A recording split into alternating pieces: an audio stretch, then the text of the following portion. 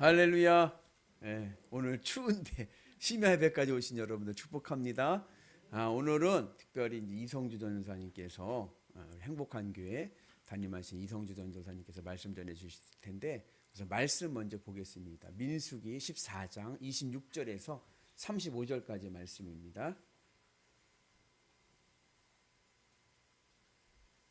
여호와께서 모세와 아론에게 말씀하여 이르시되, 나를 원망하는 이 악한 회중에게 내가 어느 때까지 참으랴. 이스라엘 자손이 나를 향하여 원망하는 바 그 원망하는 말을 내가 들었노라. 그들에게 이르기를, 여호와의 말씀에 내 삶을 두고 맹세하노라. 너희 말이 내 귀에 들린 대로 내가 너희에게 행하리니 너희 시체가 이 광야에 엎드러질 것이라. 너희 중에서 20세 이상으로서 계수된 자 곧 나를 원망한 자 전부가 여분네 아들 갈렙과 눈의 아들 여호수아 외에는 내가 맹세하여 너희에게 살게 하리라 한 땅에 결탄코 들어가지 못하리라. 너희가 사로잡히겠다고 말하던 너희의 유아들은 내가 인도하여 드리리니 그들은 너희가 싫어하던 땅을 보려니와 너희의 시체는 이 광야에 엎드러질 것이요 너희의 자녀들은 너희 반역한 죄를 지고 너희의 시체가 광야에서 소멸되기까지 40년을 광야에서 방황하는 자가 되리라. 너희는 그 땅을 정탐한 날수인 40일의 하루를 1년으로 쳐서 그 40년간 너희의 죄악을 담당할지니 너희는 그제서야 내가 싫어하면 어떻게 되는지를 알리라 하셨다라. 나 여호와가 말하였거니와 모여 나를 거역하는 이 악한 온 회중에게 내가 반드시 이같이 행하리니 그들이 이 광야에서 소멸되어 거기서 죽으리라. 아멘. 나는 사랑 덩어리, 행복 덩어리, 애교 덩어리, 승리 덩어리, 복 덩어리, 하나님 은혜가 함께 하실 줄로 믿습니다. 오늘 특별히 우리 행복한 교회 이성주 전사님께서 귀한 하나님 말씀 전해 주실 텐데, 광야의 삶 말씀으로 우리에게 말씀 전해 주실 때 큰 은혜 받으시기를 축복합니다. 우리 나오실 때 우리 오른손 들고 할렐루야 인사하겠습니다. 할렐루야. 할렐루야.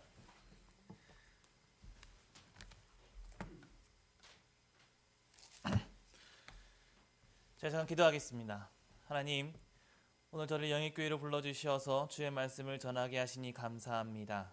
오늘 종의 입술을 주장하여 주시어서 주의 말씀을 잘 대언 결합하여 주시고 이곳에 주님 주시는 은혜와 축복이 넘쳐날 수 있도록 주님 인도하여 주옵소서. 예수님의 이름으로 기도합니다. 아멘.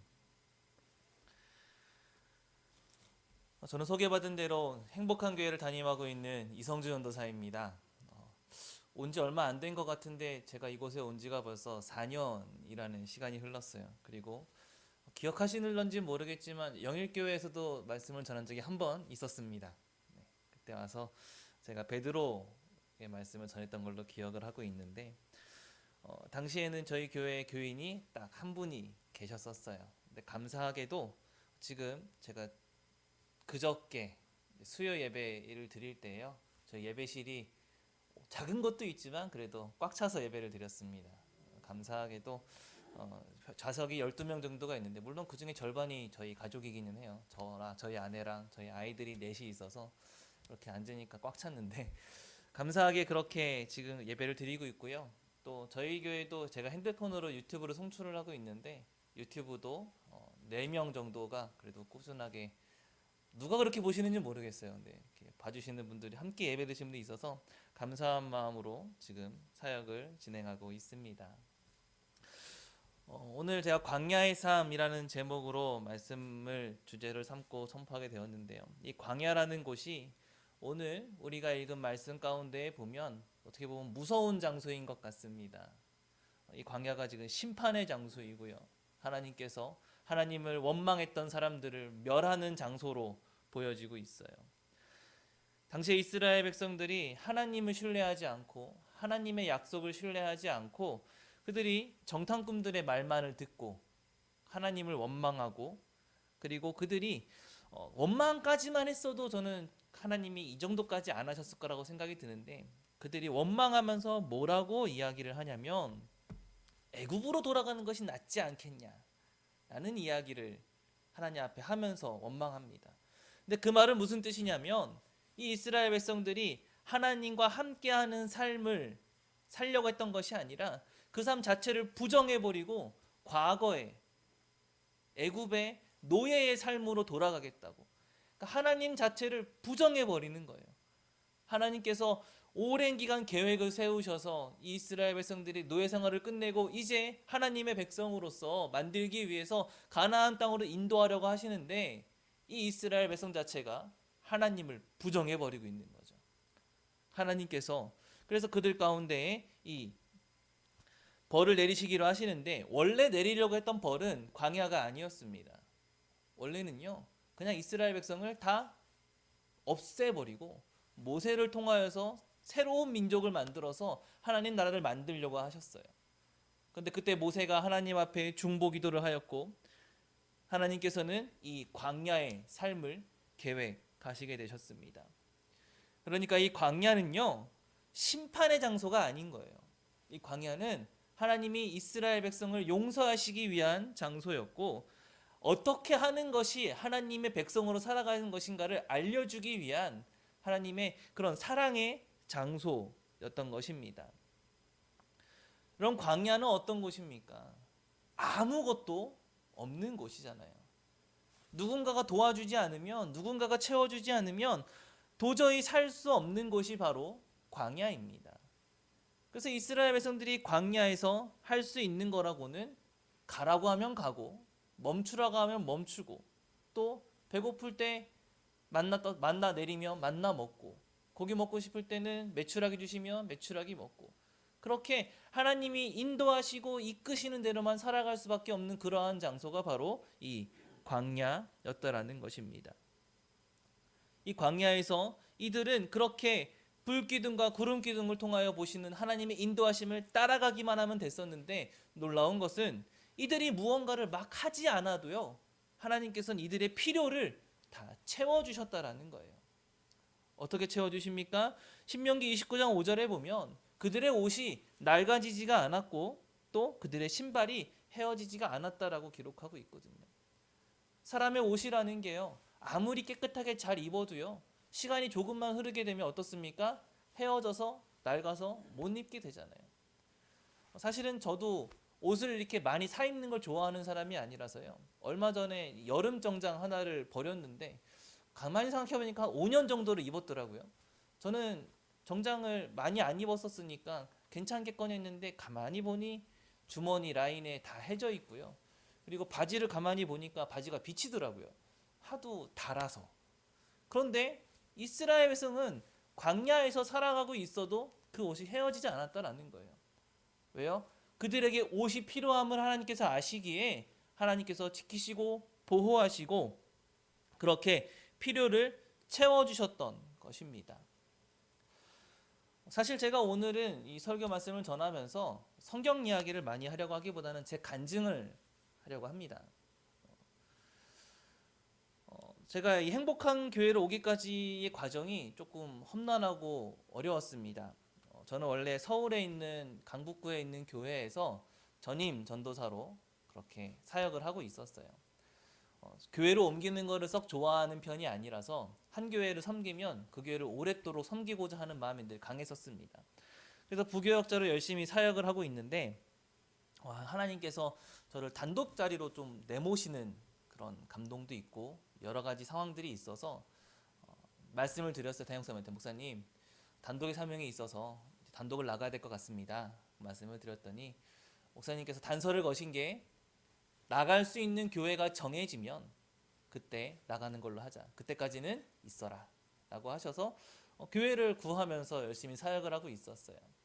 그러던 중에 여름이 되었는데 같이 사역을 하던 전도사님이 학교에서 교회 후임자를 구한다는 종이를 하나 보여주더라고요. 봤더니 괜찮아요. 교회 건물도 있고 사택도 있고 물론 홍천 산속이라서 대로변에서 30분 정도 차를 타고 들어가야 하긴 하지만 교인도 있고 너무 좋은 것 같은 거예요. 저는 개인적으로 시골을 좀 좋아하는 편이거든요. 그래서 그 교회를 이제 다이모스한테 말씀을 드리고 이제 교회를 보러 갑니다. 교회를 보러 갔더니 이 전임자분도 저를 썩 마음에 들어 하시는 거예요.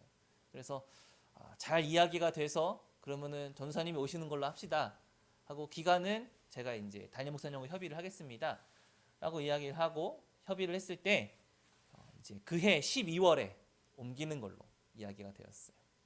그 전에 후임자를 구해서 인수인계 다 하고 12월이 돼서 자 안녕히 계세요. 저 이제 단독하러 나가겠습니다. 인사하고 작별 인사도 하고 성도님들이 그래도 성교비도 좀 주시고 해서 나가게 되었는데 연락을 드렸죠. 목사님 저는 이제 홍천에 있는 교회로 언제 인사하러 가면 됩니까? 하고 전임자분한테 말씀을 드렸더니 이 전임자분이 없던 일로 하자는 거예요. 전 사임 다 하고 이제 다 빨빨 했는데 다행히 아직 집은 이사하지 않았지만 없던 일로 하자는 거예요. 근데 알고 봤더니 이분이 좀 개인적인 욕심이 좀 많으신 분이셨던 거예요. 정말 신기했던 거는 저희 형님이 파주에서 목회하시는데 저희 형님의 교회의 전임자가 이분이셨어요. 근데 형이 얘기해 주는데 원래 그런 분이시라고. 너무 상심하고 무너진 상태로 그렇게 이제 교회 없는 사역자의 삶을 살기 시작했습니다. 그렇게 처음에 한 달, 두 달은 솔직히 너무 좋았어요. 왜냐하면 제가 비록 안수는 늦게 받지만 사역을 한 번도 쉰 적은 없었거든요. 근데 두 달 동안 사역지가 없으니까 신경 쓰는 게 없고 오직 애들하고만 신경 쓰고 가족만 신경 쓰고 그냥 교회 가면 예배만 딱 드리고 오면 되니까 너무 좀 편한 마음이 좀 있더라고요. 그래서 그렇게 두 달을 잘 쉬고 이제 교회를 찾아야 되는데 하는데 교회가 구해지지 않는 거예요. 조금씩 불안한 마음이 생깁니다. 그리고 제 마음속에는 계속 원망하는 마음은 생기는 거예요. 아니 그때 나를 뒤통수 친 그 홍천교회 목사님만 아니었으면 지금 목회하고 있을 텐데 왜 이런 일이 벌어졌을까? 그러던 중에 제가 이찬수 목사님의 설교를 듣게 됩니다. 다니엘 9장의 말씀을 설교하셨는데요. 다니엘이 당시에 이제 예레미야의 말씀을 통해서 하나님께서 이 포로의 생활이 언제 끝날지 왜 생겼는지에 대한 이야기를 듣고 이 다니엘이 하나님 앞에 회개하는 장면이거든요. 근데 다니엘이 솔직히 잘못한 게 뭐가 있습니까? 어린 나이에 바벨론으로 끌려가서 포로 생활하면서 지내온 것밖에 없는데 다니엘이 뭐라고 기도를 하냐면 우리가 잘못했습니다 하고 회개하고 있는 거예요.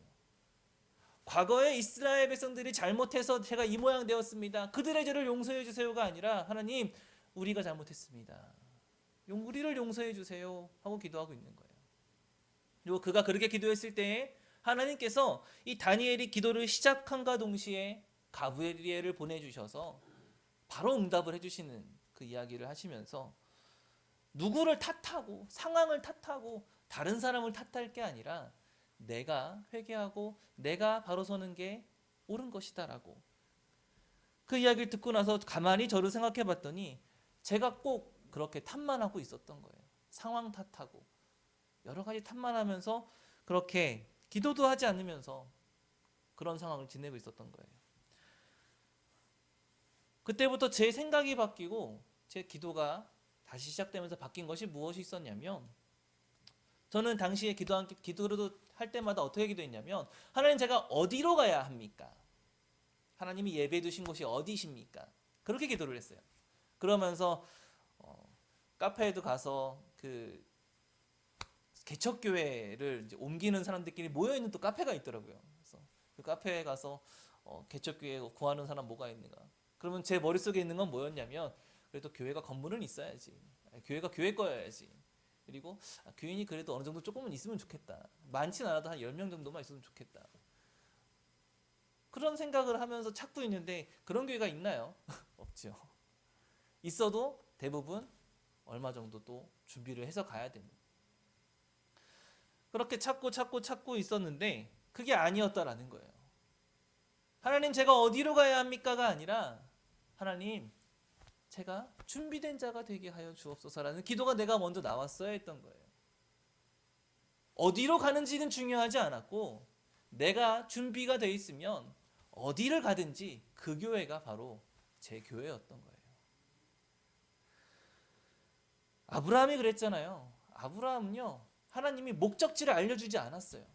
근데 그저 아브라함이 하나님만 인도하신 따라서 따라갔더니 하나님께서 결국에 그 목적지에 가게 해주셨잖아요. 그리고 아브라함이 처음부터 온전한 모습이었던 게 아니라 아브라함도 조금씩 하나님이 만들어 가시면서 목적지로 인도해 주셨잖아요. 그러한 마음을 가지고 다시 기도를 시작하고 있는데 그렇게 이제 7월 달이 됩니다. 가난한 전도사가 애 셋을 데리고 7개월 동안을 논 거예요. 저희 아내가 일을 하진 않거든요. 가장이잖아요. 마음이 불안해지기 시작합니다. 이제 돈을 벌어야 돼요. 그래서 한두 번은 저희 아버지 일을 따라다니면서 노가다를 좀 더 뛰기도 하고, 근데 그걸로 해결이 안 되잖아요. 어느 정도 돈을 벌어야겠는데 그래도 마음 한켠에 뭐가 있냐면 난 그래도 목회를 해야 되는 사람인데, 이 두 가지가 부딪히면서 언제든 일을 그만둘 수 있고 또 시간적으로 조금 자유가 있고 그러한 일자리가 뭐가 있나 생각을 해봤더니 택시기사를 하면 되겠다. 그래서 문제집을 삽니다. 택시기사 문제집이 있더라고요. 문제집을 딱 사고 배송을 기다리는 가운데 수요일이 되어서 그때 집 앞에 있는 장로교회 수요 예배를 드리러 갔어요. 근데 그날 그 장로교회 목사님께서 설교를 하시는데 아모스 5장의 말씀을 가지고 설교를 하시더라고요. 이 아모스 5장의 말씀 가운데 보면 4절부터 말씀을 보면 이런 말씀이 있습니다. 여호와께서 이스라엘 족속에게 이와 같이 말씀하시기를 너희는 나를 찾으라 그리하면 살리라. 베델을 찾지 말며 길갈로 들어가지 말며 브엘세바로도 나아가지 말라. 길갈은 반드시 사로잡히겠고 베델은 비참하게 될 것임이라 하셨다니 너희는 여호와를 찾으라 그리하면 살리라. 그렇지 않으면 그가 불같이 요셉의 집에 임하여 멸하시리니 베델에서 그의 불을 끌 자가 없으리라. 베델은 어떤 곳입니까? 야곱이 하나님을 만난 곳이었어요. 길갈은요 약속의 땅의 입구예요. 브엘세바는 맹세의 우물이라고 불렸던 아주 유명한 장소들이에요. 그런데요 하나님은 그 어디로도 가지 말라는 거예요. 이 세 가지 장소가 다 뭡니까? 어떤 현상이 나타난 곳이에요. 눈에 보이는 곳이에요. 근데 하나님은요 그런 눈에 보이는 걸 가지고 목표로 삼고 가지 말고요 그저 하나님만 붙잡고 하나님만 보고 가라는 거예요. 저는 지금 눈에 보이는 것만 가지고 생각을 하고 있었어요. 돈이 없어요. 애들은 먹여 살려야 돼요. 근데 그 말씀이 오직 하나님만 찾으라는 거예요. 그리고 집에 갔더니 택시기사 문제집이 도착해 있더라고요. 그거는 지금도 열어보지 않은 채 어딘가에서 썩고 있습니다. 결단을 했죠. 이건 아니다. 놀라운 것은요. 그렇게 예배를 드리고 나서 그 다음날 전화가 한 통이 옵니다. 전화가 한 통이 오는데 제가 원래 사역했던 교회에서 좀 친하게 지냈던 집사님이세요. 집사님 전화하더니 전사님 어디 계세요? 그러길래 아직 이사 못 가고 여기 있어요. 그랬더니 그럼 한번 찾으러 가도 만나뵈러 가도 돼요? 그래서 오세요. 그랬어요. 주일날 거기서 예배를 드리시고 오셨어요. 그래서 이야기를 나누시고 이런저런 얘기를 나누는데 집사님 봉투를 하나 주시는 거예요. 그러시면서 원래는 전도사님 사역지를 가시면 11조를 보내드리려고 모아놨는데 지금이 더 필요하실 것 같습니다 하고 봉투를 주셨는데 그 봉투 안에 400만 원이 들어있는 거예요. 급한 불은 다 끌 수 있었어요. 너무 감사했어요. 그렇게 그 봉투를 들고 너무 감사한 마음이 들고 있는 상태에서 그 주에 제가 행복한 교회의 후임자를 구한다는 글을 발견하고 찾아와서 감리사님을 만나고 군단교회 목사님도 만나고 여러 목사님들을 만나서 오겠습니다 하고 바로 그 다음 주에 다 통과가 돼서 오게 된 거였어요. 결단하고요 방향을 다시 하나님께로 잡았더니 하나님께서요 그 다음부터는 하나하나 일사천리로 진행해 주셨어요. 놀라운 건 그 400만 원이라는 금액이요 제 생활비로 쓰라는 주신 게 아니었더라고요. 교회를 와봤더니 집기들이 필요한 것들이 많이 있었어요. 컴퓨터도 필요했고요. 필요한 것들을 살 수 있는 그런 헌금으로 하나님이 쓸 수 있게 채워주셨고요. 또 제가 필요한 생활비 또 빚 갚는 데 쓸 수 있는 그런 비용으로 잘 채워서 쓸 수 있게 해주셨습니다. 처음에 교회를 왔을 때 처음 우리가 뭔가 새로운 걸 하면 의욕이 넘치잖아요. 저도 행복한 교회를 처음 왔을 때 너무 의욕이 넘쳤어요. 그래서 교회 청소도 열심히 하고 막 그러고 있다가 자꾸 욕심만 커지는 거예요. 그리고 당시에 이제 이사를 해야 되는데 저희 행복한 교회 뒤편에 이렇게 붙어 있는 집이 하나가 있었어요. 근데 거기 다른 사람이 이미 살고 있다고 하더라고요. 근데 집주인하고 연락을 해봤더니 계약한 지 일주일이 지난 거예요. 새로운 사람하고. 근데 이 사람이 이 집주인하고 별로 좀 이렇게 자꾸 트러블이 있어요. 집주인이 계약 안 하고 싶다고. 저한테 자꾸 연락해서 이거 계약 어그러지면은 전사님하고 계약할게요. 라고 얘기하는 거예요. 기다렸죠. 저는 될 줄 알았어요. 왜냐하면 지금까지 착착착 인도해 주셨으니까. 안 되더라고요. 결국에는 이사를 오셨어요. 그분들이. 안 되구나.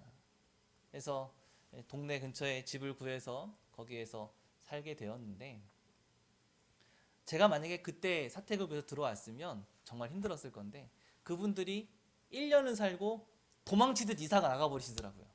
너무 추워서. 그런데요. 그 1년이라는 시간 동안에 우리 교회에는 무슨 일이 있었냐면 하나님이 재정을 조금씩 쌓아지게 해주시는 거예요. 그래서 그 집을 다시 세입자를 구한다고 했을 때 제가 그 세입자가 되겠다고 해서 계약을 맺게 됐고요.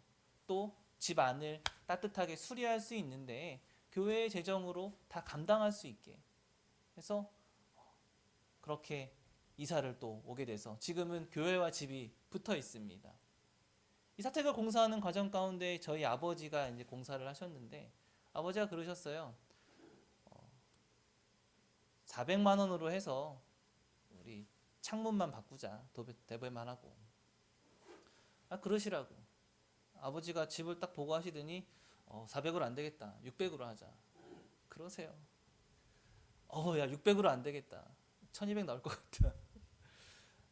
그러세요. 얼마 나왔냐면 2400이 나왔어요. 교인이 한 가정, 그때 한 가정이 있었는데 그 한 가정이 있는 교회에 있는 교회가 2400이라는 금액을 감당하기가 얼마나 어려운 일이었겠어요. 놀라운 거는 감당했습니다. 심지어 저희 아버지에게 대금 한번 밀리지 않고 정확하게 계약금, 중도금 딱 마지막 금액까지 늦지 않게 그것도 딱 그만큼만 주시더라고요. 그래서 사택도 잘 공사를 해서 들어오게 되었습니다. 교인도 한 명이 있어요. 이제 교회도 좀 안정이 돼가는 것 같아요. 그래서 저는 더 욕심을 내기 시작했습니다. 교회가 교회 나오려면 기도회를 해야지. 그래서 사순절 기간 동안에 사순절 기도회를 한번 해봐야겠다. 어떻게 보면은 어려운 의미 거잖아요. 저녁 시간에 40일 동안을 매일 기도회를 한다는 게. 그래서 해보자 하고서는 결단을 했는데 그 사순절 기도회가 시작되기 이틀 전이었나? 3일 전에 제가 사고가 납니다. 그때가 이제 코로나가 막 시작될 때쯤이었어요. 코로나가 막 시작될 때쯤에 대구에 저희 사촌 형님이 장례가 나서 거기에 갔다가 왔는데 그 다음날 쉬었어야 되는데 볼일 보러 나갔다가 들어오는 길에 제가 졸음운전으로 사고를 냅니다. 사고로 인해서 이제 스타렉스는 폐차를 시켰고요. 이 스타렉스에서 사고가 나고 나서 정신을 차려 보니까 앞에 대시보드가 제 옆에 있더라고요. 그래서 나중에 그 형님이 사고 수습을 하고 사진을 찍은 걸 보여줬는데 보조석이 없어요. 아예. 그러니까 누가 같이 갔으면 누가 하나 죽었을 텐데 다행히 저 혼자 타고 있었고요. 제가 지금 사고 난 사람 같아 보이나요? 아니죠. 지금 제 고관절에 핀이 8개 정도가 박혀 있거든요. 그때 병원에 입원한 가운데에서 묵상하면서 생각하면서 하나님이 깨닫게 하신 건 무엇이었냐면 제 욕심으로 하려고 했던 거예요. 내가 하고 싶어서. 하나님의 계획은 아직 그게 아닌데 제가 하고 싶어서 기도회를 하려고 했던 거예요. 그러니까 하나님이 하지 말라고 막으신 거예요. 야곱이 그랬잖아요. 야곱이 자기 마음대로 다 형한테 먼저 재물들 다 보내고 예물도 다 보내고 자기가 하고 싶은 거 다 하고 난 다음에 마지막에 가서야 기도했더니 하나님이 잠깐 멈추라고 다리를 부러뜨려 버리시잖아요. 전 감사하게 부러지진 않았고 그래도 잘 걷고 있습니다. 그때 깨달은 게 뭐였냐면 하나님보다 앞서가지 말아야겠다. 그걸 깨닫게 하셨어요. 그래서 또 시간이 지나고 있는데 저희 교회 찾아오시는 분들마다 그러시는 거예요. 이제 교회가 너무 작다. 옆에 옛날에 커피숍 하던 공간이 비어 있으니 이거 얻어야 되지 않겠냐. 근데 저는 지금 한 가정밖에 없는데 이 교회가 꽉 찬 다음에 알아봐야 되지 않겠냐. 그래서 그러고 있어서 그래서 기도를 했어요. 하나님, 옆에 공간 얻어야 됩니까? 말아야 됩니까? 그래서 제가 자꾸 거기다가 이렇게 뭔가 시선을 두니까 놀랍게도 한 2, 3년 동안 나가지 않던 상가가 나가고 아이스크림 가게가 들어오더라고요.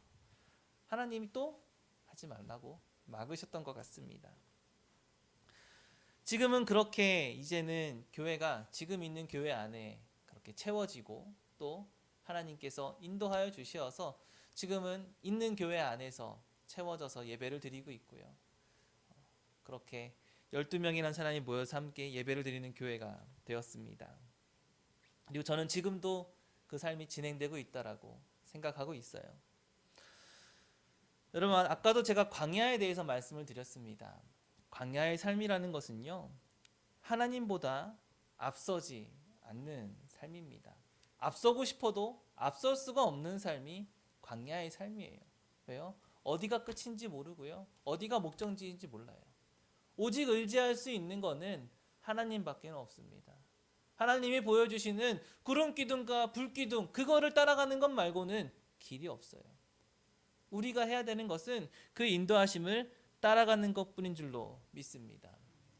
속도에 차이가 조금 있을 수는 있습니다. 어떤 사람은 빨리빨리 가는 사람이 있지만 어떤 사람은 천천히 가는 사람도 있어요. 우리가 여행을 갈 때에 목적지를 정해두고 여행을 간다고 했을 때에 방향만 제대로 잡고 있으면, 그렇잖아요. 걸어가다 봐도 방향만 제대로 잡고 있으면 언젠가는 도착을 합니다. 차를 타고 가면 조금 빨리 갈 수 있고요. 우리의 신앙생활도 마찬가지가 아닌가 싶어요. 우리가 하나님 앞에 방향을 두고 하나님의 인도하심을 따라서 그저 따라가기만 하다 보면 그 목적지는 결국엔 하나님과 함께하는 천국에서의 삶이 아닐까요? 구원의 삶이 아닐까 생각을 해봅니다. 그럼 우리가 광야에서 살아가기 위해서는 어찌 살아야겠습니까? 첫 번째는요, 먹든지 마시든지 다 하나님의 영광을 위해서 하는 것입니다. 여러분, 광야를 지나가던 사람들이 하나님의 인도하심을 따라간다 그래서 먹지도 않고 마시지도 않고 일도 하지 않고 아무것도 하지 않고 그냥 그저 그 구름 기둥과 불 기둥을 보면서 따라갔던 게 아니에요. 그들은요, 광야에서 그들의 삶을 살아갔습니다. 결혼도 하고요, 자녀도 낳았고요, 그 삶은 살아갔어요. 하지만 그들의 방향은 늘 구름 기둥과 불 기둥을 향해 가 있었고요. 놀라운 것은 그들이 범죄를 저지르고 있는 순간에도요, 그들이 죄를 짓고 있는 순간에도요, 방향은 늘 구름 기둥과 불 기둥을 따라가고 있었어요. 그러다 보니 결국엔 그들이 가나안 땅에 들어갈 수 있었던 것입니다. 우리가 이 땅을 살아가면서 때로는 신앙생활을 하고 하나님을 섬긴다고 하면서요, 내 일반의 삶을 너무 소홀히 하는 경우가 있거든요. 저는 요즘에 저희 교회 교인분들하고도 설교할 때마다 말씀을 드리는데요, 여러분들 행복하셔도 돼요. 이 땅 가운데에서 자녀들과도 행복하셔도 되고요, 돈도 많이 버셔도 됩니다. 근데요, 중요한 것은 그것이 하나님을 넘어서서는 안 된다는 거예요. 방향을 놓치면 안 되는 겁니다. 내 눈은 늘 하나님을 바라보고 있으면서 열심히 일하시고 열심히 사랑하시고 또 이 땅 가운데 누릴 수 있는 것들을 누리며 살아가시면 됩니다. 하지만 또 말씀드리지만 여러분의 우선순위의 최우선순위는 늘 하나님께로 두시기 바랍니다. 돈이 많으신 분들은 이 말씀이 고민되는 말씀이에요. 어느 날 하나님이 야, 너 그거 다 바치고 나 따라와 라고 말했을 때 여러분 훌훌 털어버리고 따르실 수 있으시겠습니까? 여러분, 그게 진짜 우선순위 삶이거든요. 그리고 그거가 가능한 분들에게 하나님께서 주시는 줄로 믿습니다. 돈이 우상이 되는 분들에게는 하나님이 안 주세요.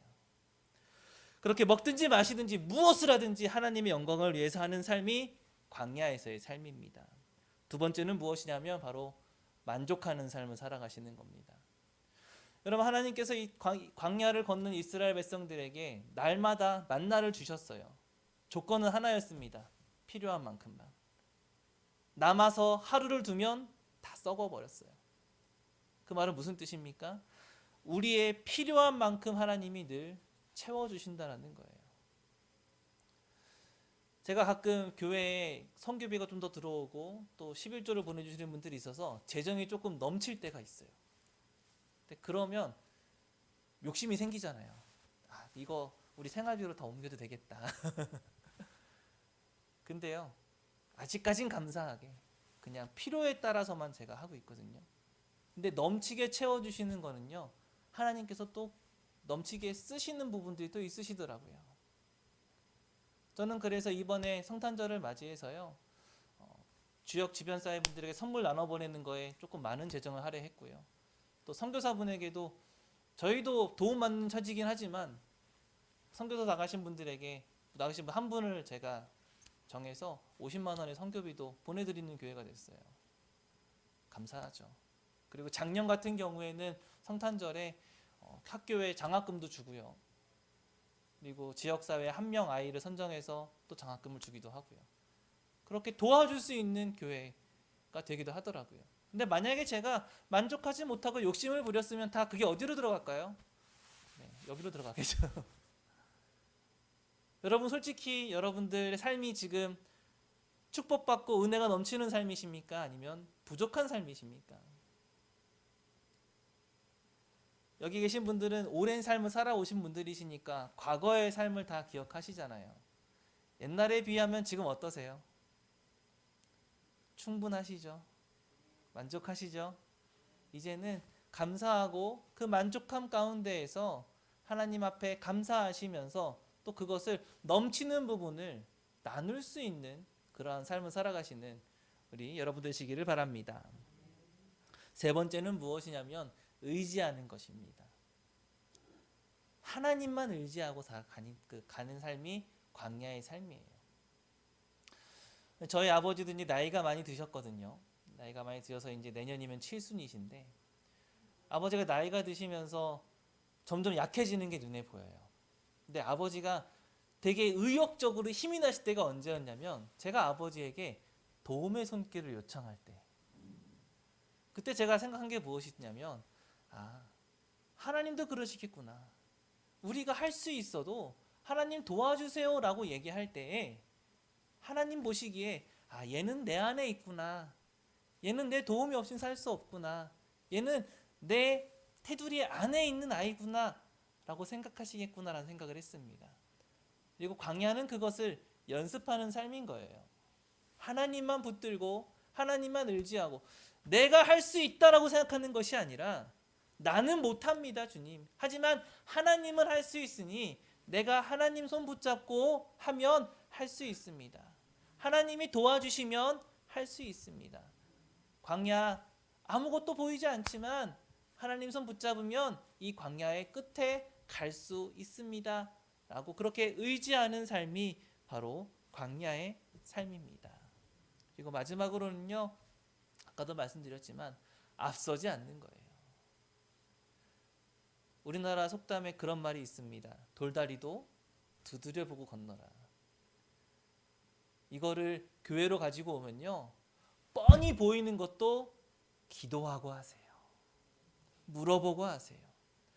하나님이 물어보는 거 싫어하지 않으십니다. 인간적인 부모는 자녀가 자꾸 물어보면 귀찮아서 너가 알아서 해라고 할 수 있지만 우리 하나님은 안 그러세요. 자꾸 물어보면요, 자꾸 물어보는 대로 대답해 주십니다.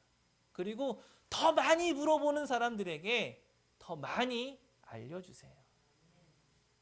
그렇게 여러분 앞서지 말고 하나님이 가라 했을 때 가고 멈춰라 했을 때 멈추고 하지 마라 했을 때 하지 말고 하라 했을 때 할 수 있는, 어떻게 보면 답답하실 수도 있겠죠. 근데 그러한 삶이 여러분 광야의 삶이에요. 그리고 그 삶의 끝에는 가나안 땅이 있습니다. 그리고 그 삶을 살아가다 보면 여러분 하나님이 채워주시는, 하나님이 그 필요에 따라 채워주시는 그 역사를 우리도 경험할 수 있게 될 줄로 믿습니다. 제가 마지막 하나만 더 간증을 드릴게요. 사고 난 이후에요. 스타렉스가 사라졌어요. 스타렉스가 사라졌는데 새로운 차를 구해야 하잖아요. 근데 무슨 돈이 있어서 또 차를 구하겠습니까? 그래서 어쩔 수 없이 그 예전에 타고 다니던 쇼바가 다 나가서 완전히 그냥 꿀렁꿀렁거리는 승용차 하나를 다시 가지고 와서 그 차를 타고 다녔었는데, 차량 검사를 받으러 갔더니 그렇게 얘기를 하더라고요. 이 차는 언제 주저앉아도 할 말 없는 차라고. 그래서 하나님 어떡해요? 근데 저희 또 식구가 많잖아요. 그거 많으니까 하나님 차가 못해도 스타렉스나 아니면 카니발이 있어야 될 건데 어떡할까요? 어떡할까요? 하는데 그 차가 이제 수명이 다해갈 때쯤 저희 처남이 이제 중고차 시장을 하는데 어떻게 이렇게 연이 잘 닿아서 처남이 카니발 한 대를 저희 타라고 줘서 또 그 차를 지금 잘 타고 다니고 있고요. 그 차가 또 비어 있을까봐 하나님이 한 명을 또 낳게 해주셔서 지금 4명의 자녀와 함께 그렇게 은혜로 잘 지내고 있습니다. 어쩌면 지금 제 삶을 보면 세상 사람들이 보기엔 정말 부족한 삶일 거예요. 뭐 가진 게 뭐 많지도 않고요. 아이들의 공부를 위해서 쓰고 있는 것도 없고요. 그런데요, 가만히 보면 그렇게 하나님이 채워주시고 그렇게 붙잡고 그렇게 하나님이 인도하시는 대로 따라가는 삶이요, 가장 속편하고 행복한 삶이더라고요. 여러분, 광야는요 심판하시고 고된 장소가 아니라요, 용서하시고 사랑하시고 인도하시는 축복의 장소임을 기억하시고 저와 함께 이 광야의 삶을 누리시는 우리 성도 여러분 되시기를 간절히 소망합니다. 기도하겠습니다. 하나님, 오늘도 이 광야길을 걸어가는 우리 성도님들과 함께 말씀을 나누었습니다. 때로는 광야길이 지치고 힘들어서 무너지기도 하고 쓰러지기도 하고 뒤돌아보고 싶을 때도 있지만 우리가 하나님만 바라보는 그 방향성만은 놓치지 아니하고 하나님 손 꼭 붙잡고 하나님 손에 의지하여서 이 광야의 삶을 잘 살아갈 수 있도록 주님 인도하여 주옵소서. 세상은 이 광야의 삶이 척박하다고 이야기하지만, 세상은 다른 사람들은 이 삶이 고된 삶이라고 이야기하지만, 주님, 우리는 이 삶을 축복의 삶으로, 사랑의 삶으로, 용서의 삶으로 잘 살아갈 수 있도록 주님 늘 은혜 내려주시고 함께하여 주옵소서. 예수님의 이름으로 기도하였습니다.